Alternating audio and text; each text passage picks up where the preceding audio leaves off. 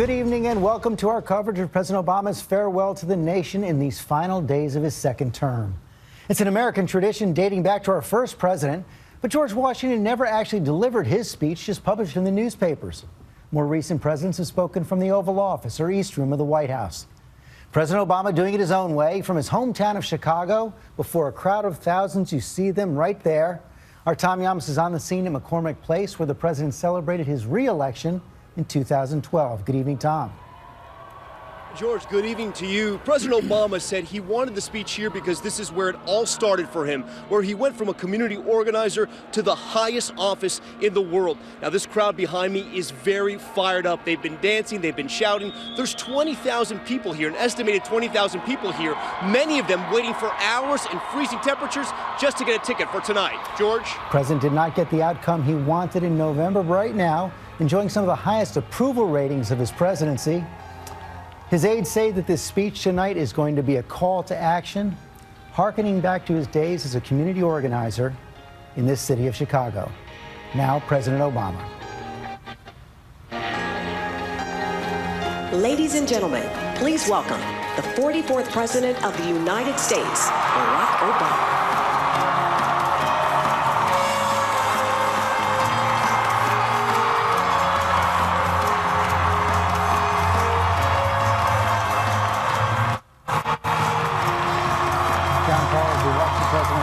It feels like that re-election in 2012, like that first victory speech in 2008. He was the first one in the Grand Park.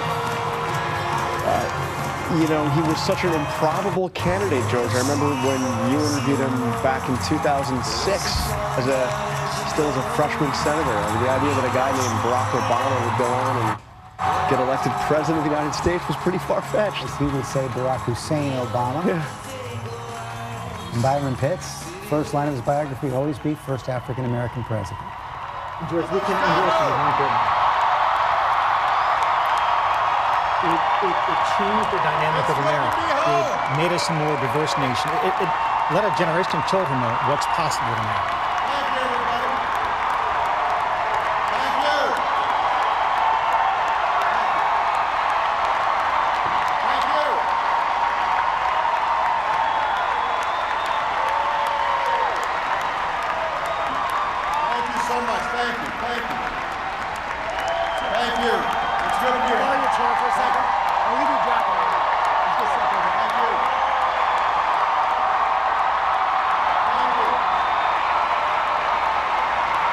Mayor of Chicago, President Obama's first chief of staff, Rahm Emanuel.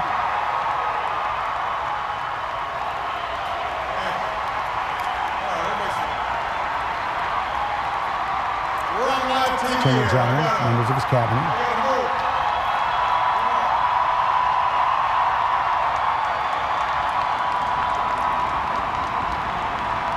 Tickets were free, given out yesterday.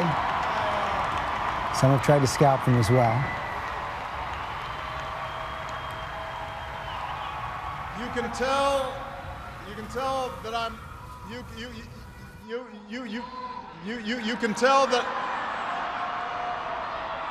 can tell that I'm a lame duck because nobody's following instructions. Everybody have a seat.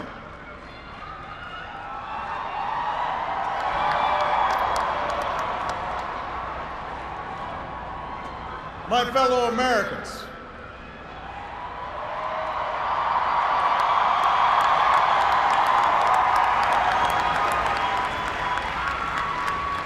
Michelle and I have been so touched by all the well wishes that we've received over the past few weeks.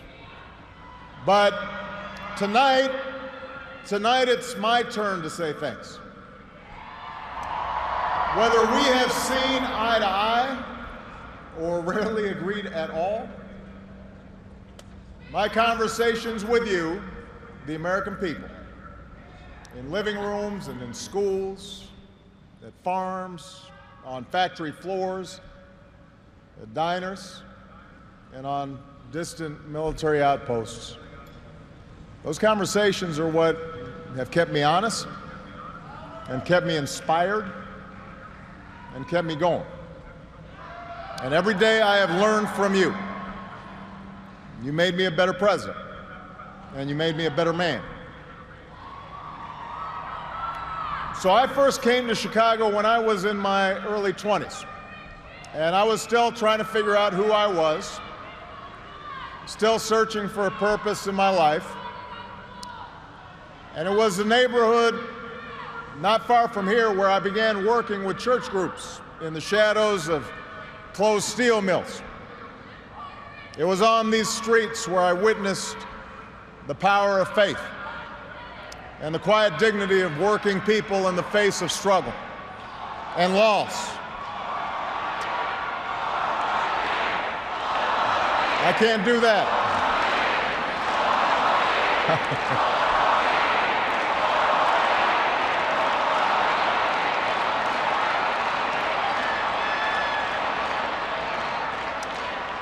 Now, this is where I learned that change only happens when ordinary people get involved and they get engaged and they come together to demand it. After 8 years as your president, I still believe that. And it's not just my belief. It's the beating heart of our American idea, our bold experiment in self-government. It's the conviction that we are all created equal, endowed by our Creator with certain unalienable rights, among them life, liberty, and the pursuit of happiness. It's the insistence that these rights, while self-evident, have never been self-executing. That we, the people, through the instrument of our democracy, can form a more perfect union. What a radical idea. The great gift that our founders gave to us. The freedom to chase our individual dreams through our sweat and toil and imagination, and the imperative to strive together as well to achieve a common good, a greater good. For 240 years, our nation's call to citizenship has given work and purpose to each new generation. It's what led patriots to choose republic over tyranny, pioneers to trek west, slaves to brave that makeshift railroad to freedom. It's what pulled immigrants and refugees across oceans and the Rio Grande. It's what pushed women to reach for the ballot. It's what powered workers to organize. It's why GIs gave their lives at Omaha Beach and Iwo Jima, Iraq, and Afghanistan. And why men and women from Selma to Stonewall were prepared to give theirs as well. So that's what we mean when we say America's exceptional. Not that our nation's been flawless from the start, but that we have shown the capacity to change and make life better for those who follow. Yes, our progress has been uneven. The work of democracy has always been hard. It's always been contentious. Sometimes it's been bloody. For every 2 steps forward, it often feels we take 1 step back.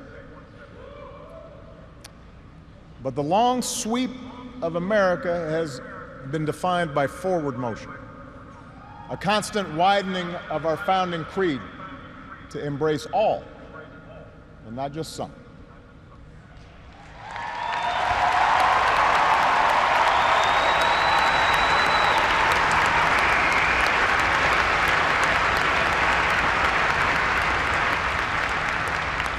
If I had told you 8 years ago that America would reverse a Great Recession, reboot our auto industry, and unleash the longest stretch of job creation in our history,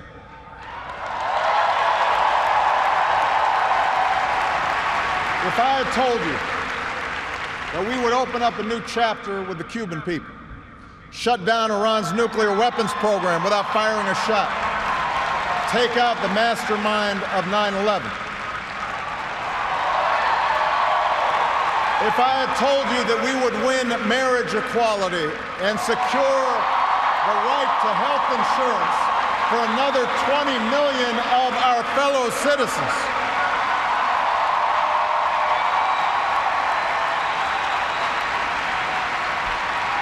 if I had told you all that, you might have said our sights were set a little too high. But that's what we did. That's what you did. You were the change. You answered people's hopes. And because of you, by almost every measure, America is a better, stronger place than it was when we started.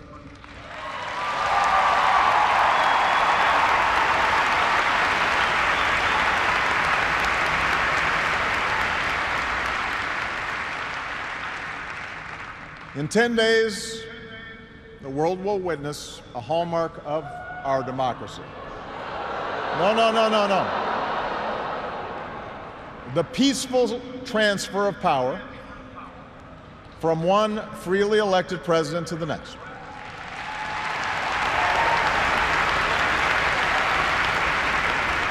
I committed to President-elect Trump that my administration would ensure the smoothest possible transition, just as President Bush did for me. Because it's up to all of us to make sure our government can help us meet the many challenges we still face. We have what we need to do so. We have everything we need to meet those challenges. After all, we remain the wealthiest, most powerful, and most respected nation on earth. Our youth, our drive, our diversity and openness, our boundless capacity for risk and reinvention means that the future should be ours. But that potential will only be realized if our democracy works. Only if our politics better reflects the decency of our people. Only if all of us, regardless of party affiliation or particular interests, help restore the sense of common purpose that we so badly need right now. And that's what I want to focus on tonight: the state of our democracy. Understand, democracy does not require uniformity. Our founders argued, they quarreled, eventually they compromised. They expected us to do the same.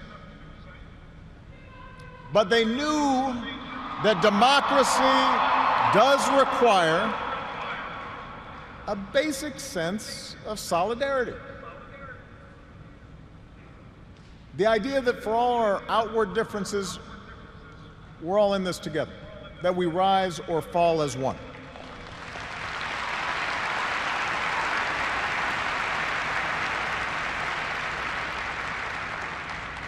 There have been moments throughout our history that threatened that solidarity.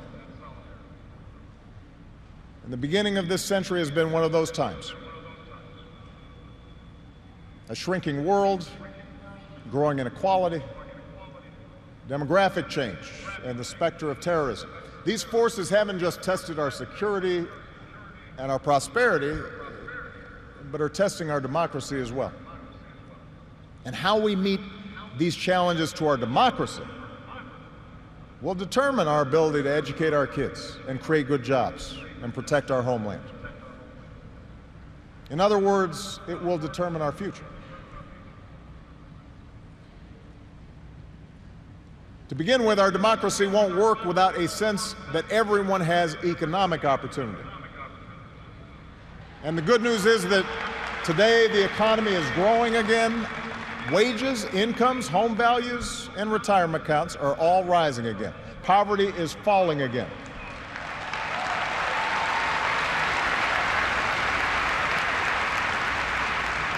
The wealthy are paying a fair share of taxes, even as the stock market shatters records. The unemployment rate is near a 10-year low. The uninsured rate has never, ever been lower.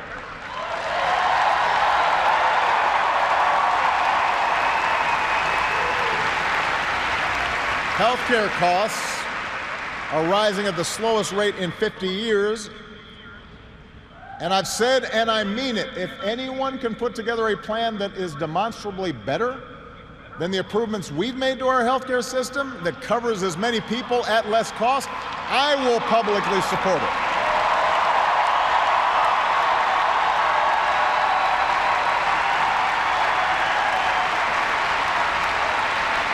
Because that, after all, is why we serve. Not to score points or take credit, but to make people's lives better. But for all the real progress that we've made, we know it's not enough. Our economy doesn't work as well or grow as fast when a few prosper at the expense of a growing middle class and ladders for folks who want to get into the middle class.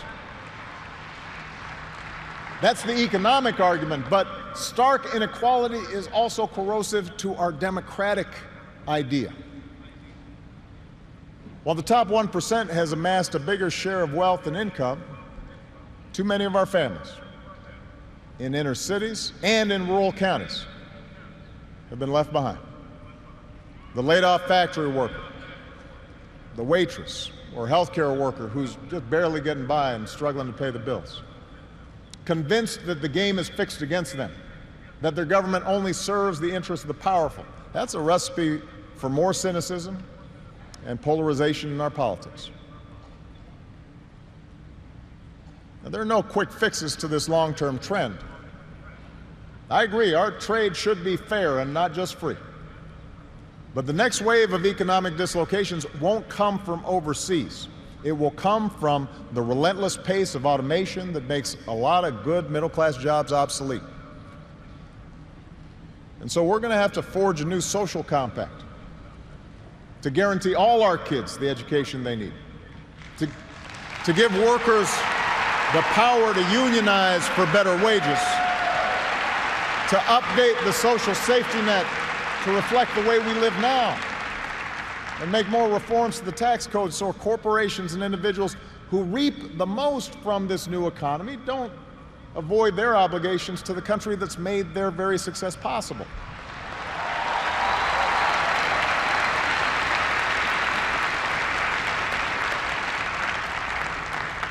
We can argue about how to best achieve these goals,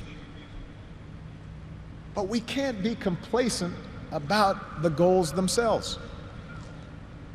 For if we don't create opportunity for all people, the disaffection and division that has stalled our progress will only sharpen in years to come. There's a second threat to our democracy, and this one is as old as our nation itself. After my election, there was talk of a post-racial America. And such a vision, however well-intended, was never realistic. Race remains a potent and often divisive force in our society. Now, I've lived long enough to know that race relations are better than they were 10 or 20 or 30 years ago, no matter what some folks say. You can see it not just in statistics, you see it in the attitudes of young Americans across the political spectrum. But we're not where we need to be. And all of us have more work to do. If every economic issue is framed as a struggle between a hardworking white middle class and an undeserving minority, then workers of all shades are going to be left fighting for scraps while the wealthy withdraw further into their private enclaves.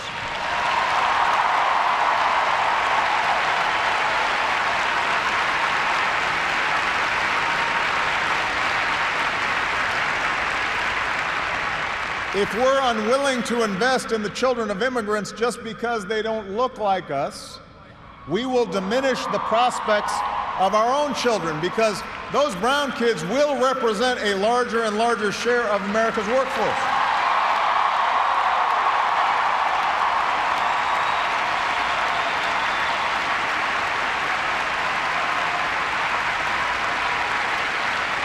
And we have shown that our economy doesn't have to be a zero-sum game. Last year, incomes rose for all races, all age groups, for men and for women. So if we're going to be serious about race going forward, we need to uphold laws against discrimination in hiring and in housing and in education and in the criminal justice system. That is what our Constitution and our highest ideals require.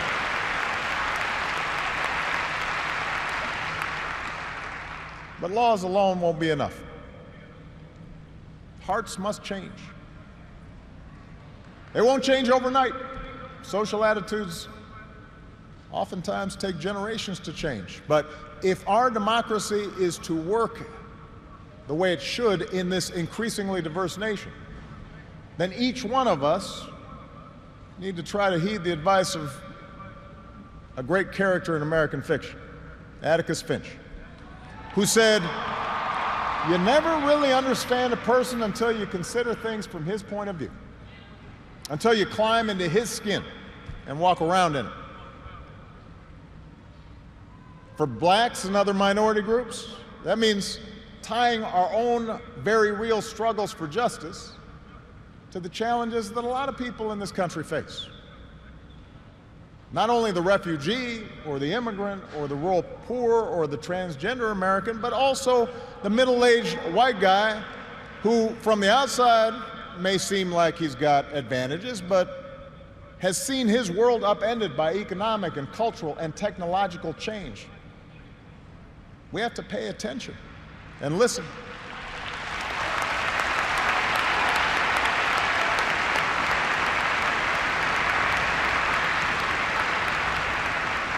For white Americans, it means acknowledging that the effects of slavery and Jim Crow didn't suddenly vanish in the 60s. That when minority groups voice discontent, they're not just engaging in reverse racism or practicing political correctness. When they wage peaceful protest, they're not demanding special treatment, but the equal treatment that our founders promised.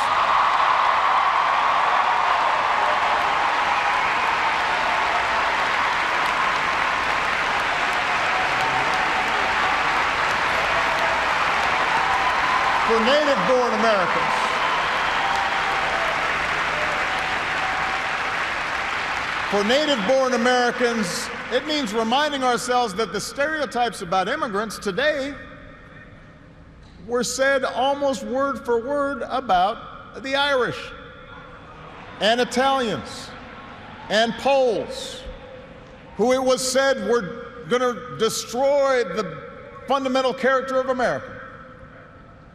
And as it turned out, America wasn't weakened by the presence of these newcomers. These newcomers embraced this nation's creed, and this nation was strengthened.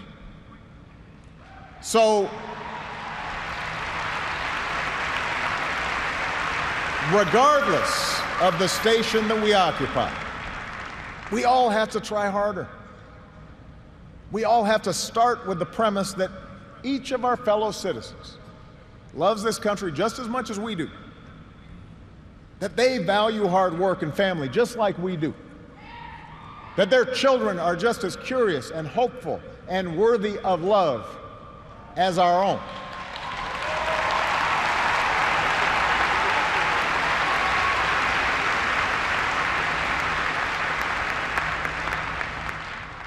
And that's not easy to do. For too many of us, it's become safer to retreat into our own bubbles, whether in our neighborhoods or on college campuses or places of worship, or especially our social media feeds. Surrounded by people who look like us and share the same political outlook and never challenge our assumptions. And the rise of naked partisanship and increasing economic and regional stratification, the splintering of our media into a channel for every taste, all this makes this great sorting seem natural, even inevitable. And increasingly, we become so secure in our bubbles that we start accepting only information, whether it's true or not, that fits our opinions, instead of basing our opinions on the evidence that is out there.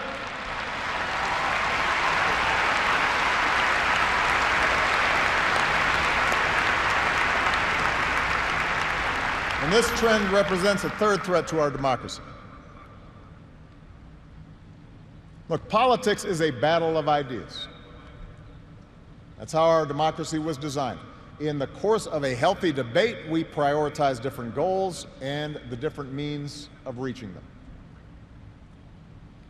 But without some common baseline of facts, without a willingness to admit new information and concede that your opponent might be making a fair point, and that science and reason matter, then we're going to keep talking past each other, and we'll make common ground and compromise impossible.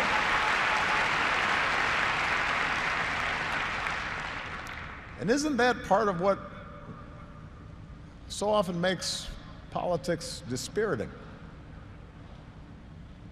How can elected officials rage about deficits when we propose to spend money on preschool for kids, but not when we're cutting taxes for corporations? How do we excuse ethical lapses in our own party, but pounce when the other party does the same thing?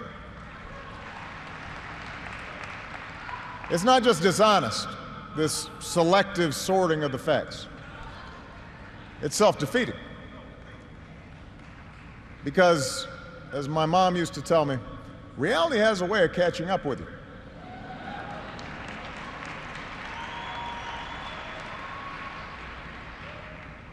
Take the challenge of climate change. In just 8 years, we've halved our dependence on foreign oil. We've doubled our renewable energy. We've led the world to an agreement that has the promise to save this planet.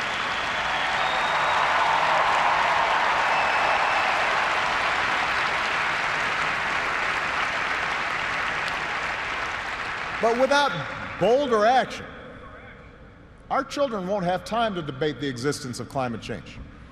They'll be busy dealing with its effects. More environmental disasters, more economic disruptions, waves of climate refugees seeking sanctuary. Now, we can and should argue about the best approach to solve the problem. But to simply deny the problem not only betrays future generations, it betrays the essential spirit of this country, the essential spirit of innovation and practical problem solving that guided our founders.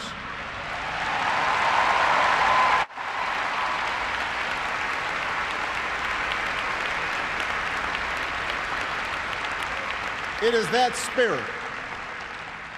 spirit born of the Enlightenment that made us an economic powerhouse. The spirit that took flight at Kitty Hawk and Cape Canaveral. The spirit that cures disease and put a computer in every pocket. It's that spirit, a faith in reason and enterprise and the primacy of right over might that allowed us to resist the lure of fascism and tyranny during the Great Depression, that allowed us to build a post-World War II order with other democracies, an order based not just on military power or national affiliations, but built on principles: the rule of law, human rights, freedom of religion and speech and assembly, and an independent press.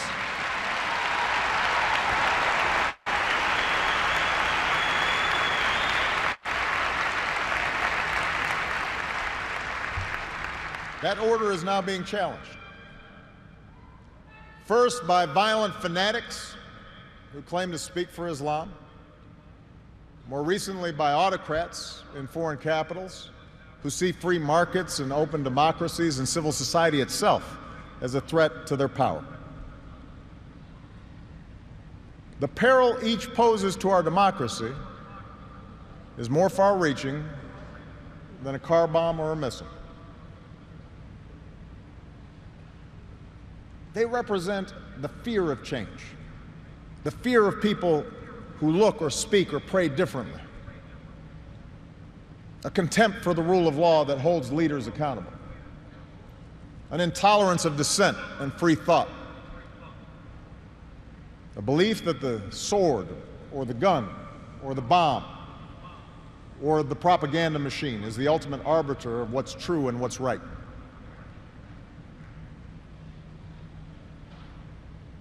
Because of the extraordinary courage of our men and women in uniform, because of our intelligence officers and law enforcement and diplomats who support our troops,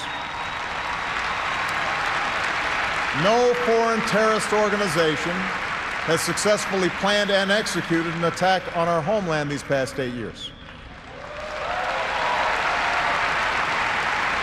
And although Boston and Orlando and San Bernardino and Fort Hood remind us of how dangerous radicalization can be, our law enforcement agencies are more effective and vigilant than ever. We have taken out tens of thousands of terrorists, including bin Laden.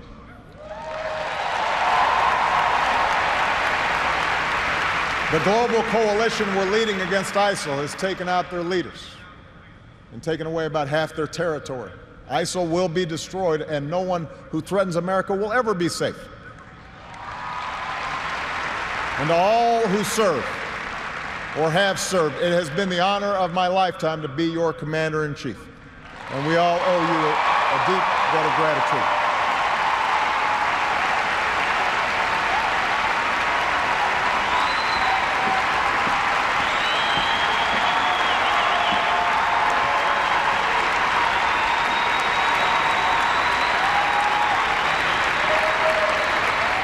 But protecting our way of life, that's not just the job of our military. Democracy can buckle when it gives in to fear. So just as we, as citizens, must remain vigilant against external aggression, we must guard against a weakening of the values that make us who we are. And that's why for the past 8 years, I've worked to put the fight against terrorism on a firmer legal footing.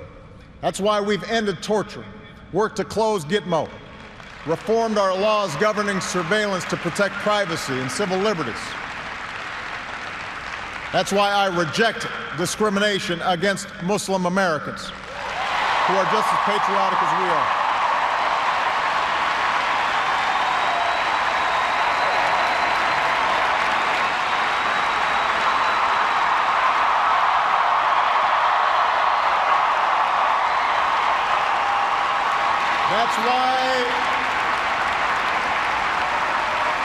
That's why we cannot withdraw. That's why we cannot withdraw from big global fights to expand democracy and human rights and women's rights and LGBT rights. No matter how imperfect our efforts, no matter how expedient ignoring such values may seem, that's part of defending America. For the fight against extremism and intolerance and sectarianism and chauvinism are of a piece with the fight against authoritarianism and nationalist aggression. If the scope of freedom and respect for the rule of law shrinks around the world, the likelihood of war within and between nations increases, and our own freedoms will eventually be threatened. So let's be vigilant, but not afraid. ISIL will try to kill innocent people, but they cannot defeat America unless we betray our Constitution and our principles in the fight.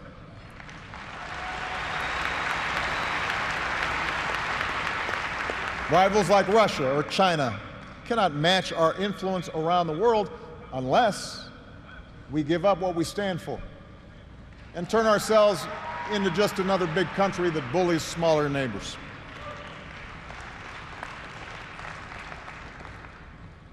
Which brings me to my final point. Our democracy is threatened whenever we take it for granted. All of us, regardless of party, should be throwing ourselves into the task of rebuilding our democratic institutions. When voting rates in America are some of the lowest among advanced democracies, we should be making it easier, not harder, to vote.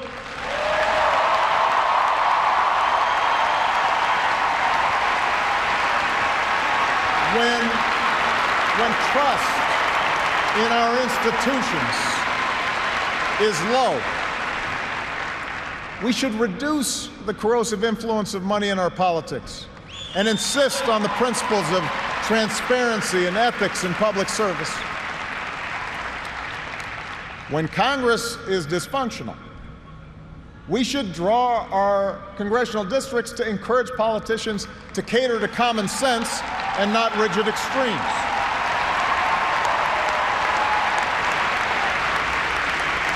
But remember, none of this happens on its own.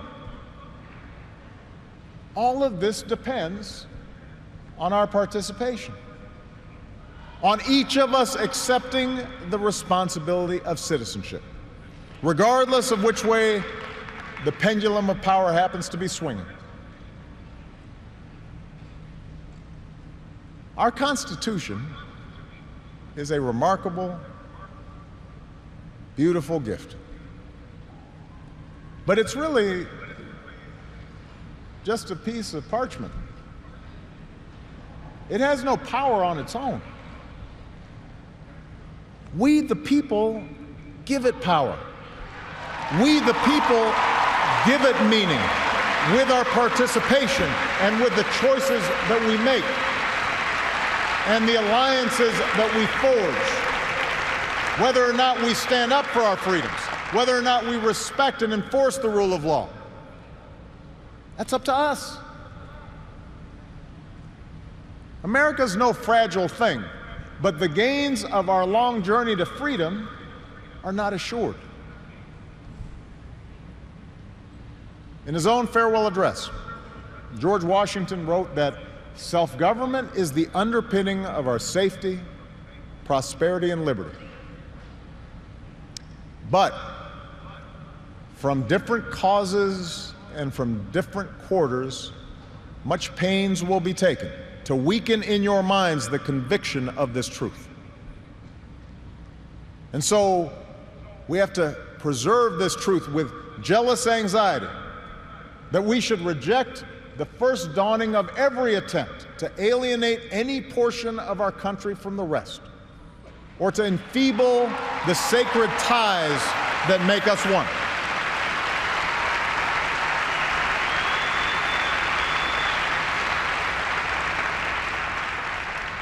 America, we weaken those ties when we allow our political dialogue to become so corrosive that people of good character aren't even willing to enter into public service. So coarse with rancor that Americans with whom we disagree are seen not just as misguided, but as malevolent. We weaken those ties when we define some of us as more American than others. When we write off the whole system as inevitably corrupt.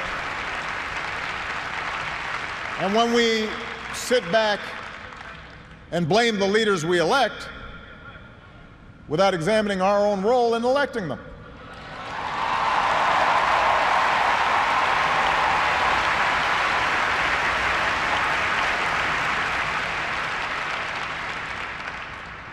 It falls to each of us to be those anxious, jealous guardians of our democracy. To embrace the joyous task we've been given to continually try to improve this great nation of ours. Because for all our outward differences, we in fact all share the same proud title. The most important office in a democracy. Citizen. Citizen.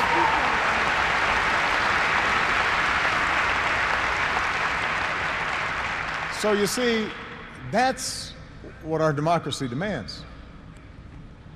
It needs you. Not just when there's an election, not just when your own narrow interest is at stake, but over the full span of a lifetime.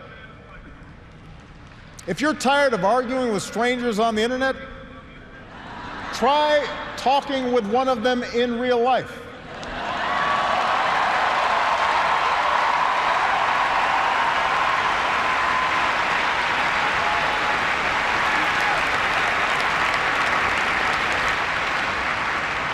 If something needs fixing, then lace up your shoes and do some organizing. If you're disappointed by your elected officials, grab a clipboard, get some signatures, and run for office yourself.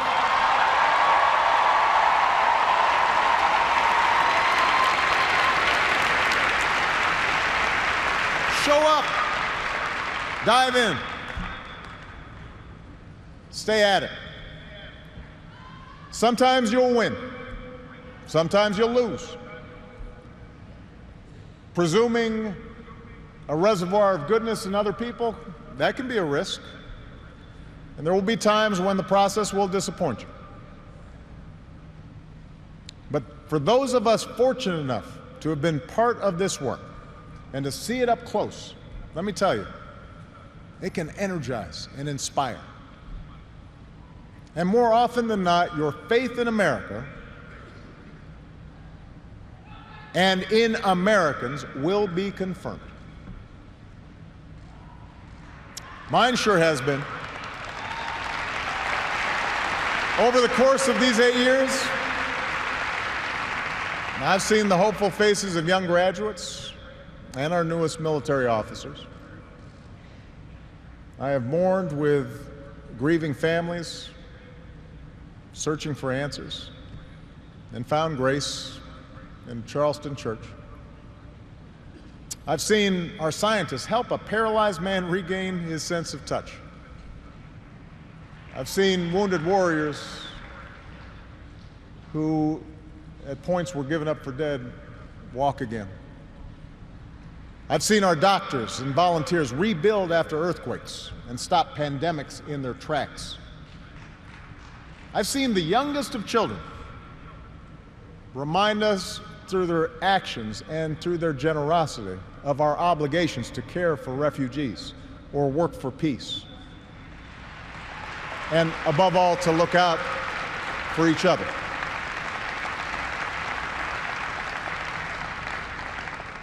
So that faith that I placed all those years ago, not far from here, in the power of ordinary Americans to bring about change, that faith has been rewarded in ways I could not have possibly imagined. And I hope your faith has too.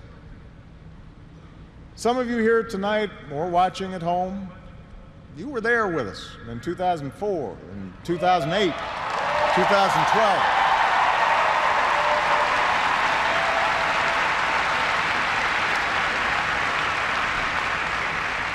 Maybe you still can't believe we pulled this whole thing off. Let me tell you, you're not the only ones. Michelle,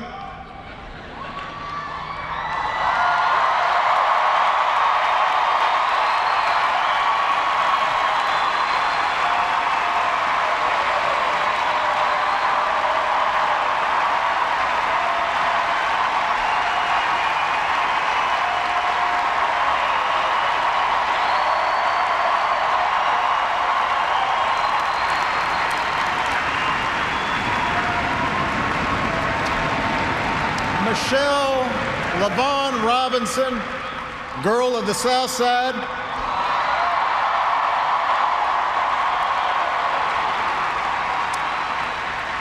For the past 25 years, you have not only been my wife and mother of my children, you have been my best friend.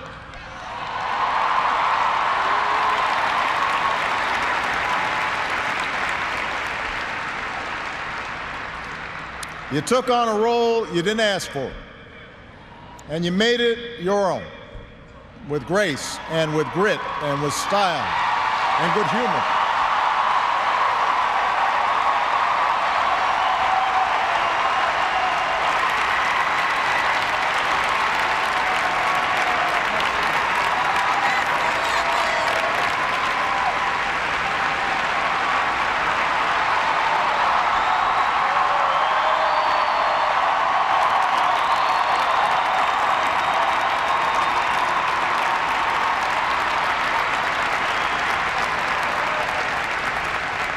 You made the White House a place that belongs to everybody.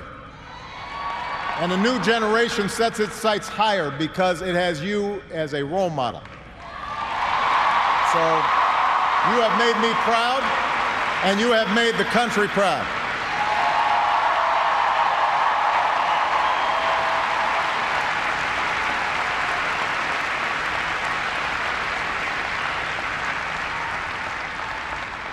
Malia and Sasha, under the strangest of circumstances, you have become two amazing young women. You are smart and you are beautiful, but more importantly, you are kind and you are thoughtful and you are full of passion. And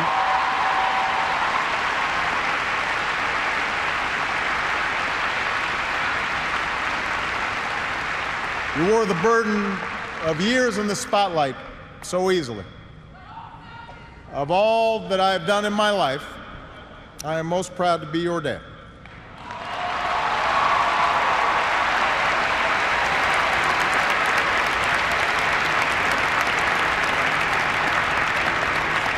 To Joe Biden,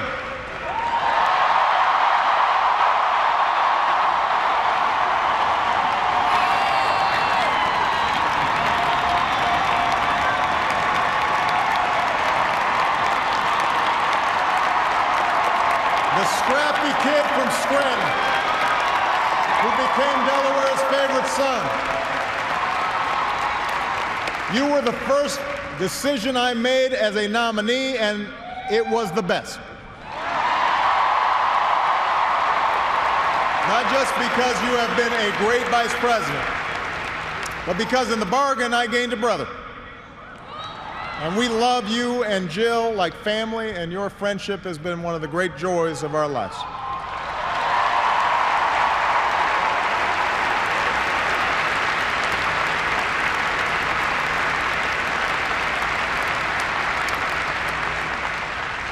To my remarkable staff,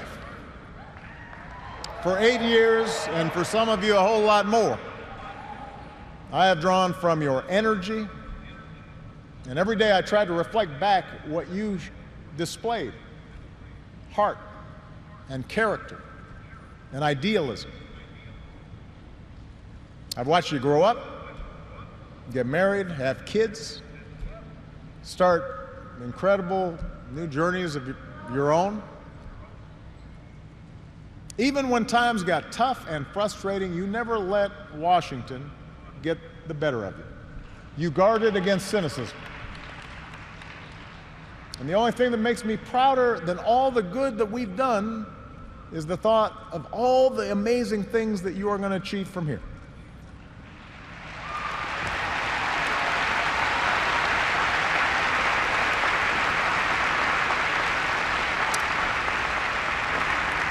And to all of you out there, every organizer who moved to an unfamiliar town, every kind family who welcomed them in, every volunteer who knocked on doors, every young person who cast a ballot for the first time, every American who lived and breathed the hard work of change, you are the best supporters and organizers anybody could ever hope for, and I will be forever grateful. Because you did change the world. You did. And that's why I leave this stage tonight even more optimistic about this country than when we started. Because I know our work has not only helped so many Americans, it has inspired so many Americans, especially so many young people out there, to believe that you can make a difference, to hitch your wagon to something bigger than yourselves. Let me tell you, this generation coming up, unselfish, altruistic, creative, patriotic, I've seen you in every corner of the country. You believe in a fair and just and inclusive America. You know that constant change has been America's hallmark, that it's not something to fear, but something to embrace. You are willing to carry this hard work of democracy forward. You'll soon outnumber all of us, and I believe as a result, the future is in good hands.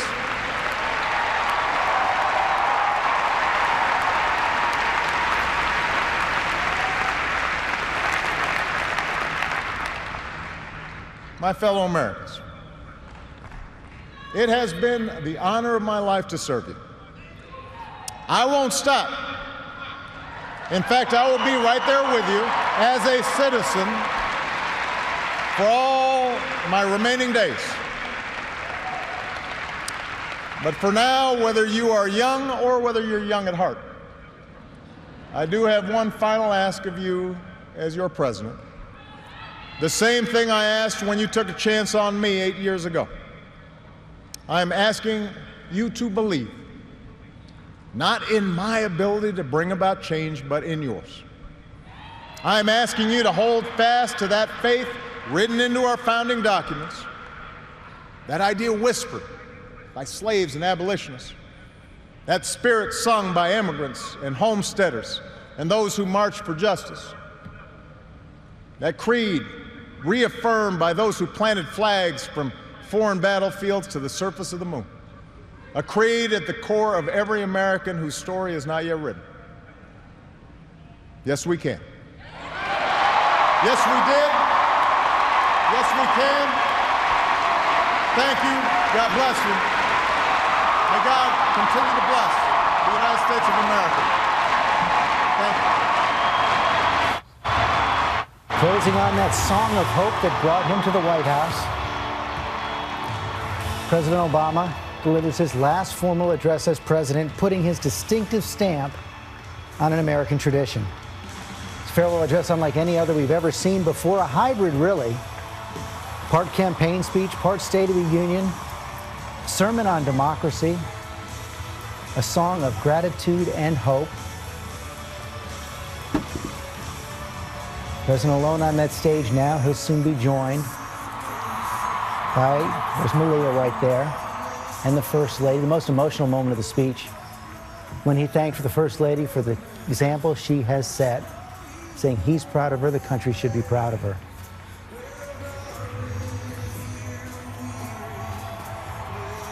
Joe Biden, his friend and Vice President Joe Biden.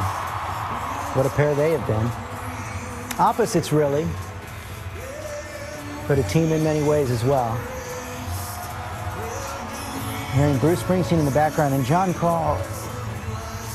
This speech so distinctly Obama, in some ways a bookend to that first speech he gave at the convention, Democratic convention, that introduced him to so many back in 2004, where he talked about the values that bind us together. This one included a strong warning of the forces that drive us apart. Yeah, in the end, you heard Obama the optimist, Obama of hope and change, the Obama of 2004 and 2008. But through much of this speech, you heard Obama the realist. He told you last week, George, this one sentence historians will say about him, or he hopes, is he believed deeply in American democracy. In this speech you saw, he also believes right now that American democracy is under assault. And it was part warning of racial division, of economic inequality, of political polarization. You talk about that realistic vision, Byron Pitts. He also said that vision of a post-racial America the many had when he got elected was not realistic. And you see here, you saw an edge there when he talked about race. He's saying he believes that race relations are better in America right now than they have been in the last 10, 20, 30 years. As you know, many Americans, a majority of African Americans right now don't believe that. That's right, George. And it certainly depends on where in the country you are and your age. If you're African American born prior to 1970, you know that America is a better place than it was. The president spent more time on race and diversity than any other topic in the speech, close to 8 minutes. He said, race remains a potent and often divisive force. All of us have work to do. And Martha Raddatz, our Chief Global Affairs anchor, the president also talked about the victories overseas, his gratitude to the military and those who've served our country. So the military might has made a difference in the world, but also made that important point he's come back to so many times in his presidency, that we cannot betray. It's the power of our example that matters. We cannot betray our values and our Constitution. And that the United States cannot be a bully. He talked about Russia. He talked about others. This, George, to me, did not seem like a farewell address. You called it a hybrid. It was more of a rallying cry. He was preaching to the choir in that room, but those admonishments to those who were not in the room were quite clear. It was a very different speech than George W. Bush in 2009, his farewell address from the East Room. President Obama had a lot to say and feeling there was a lot more to accomplish. Very different speech also, John Carl, from when Ronald Reagan gave when he was leaving the stage, where he said he was leaving the White House in very good hands. The president said he was leaving the nation in good hands, the hands of his young supporters. And it was those young supporters that got him elected in the first place. After years, election after election, of youth voter turnout going down, they turned out in 2008. That was the core of the Obama coalition. And it was one that didn't turn out for Hillary Clinton.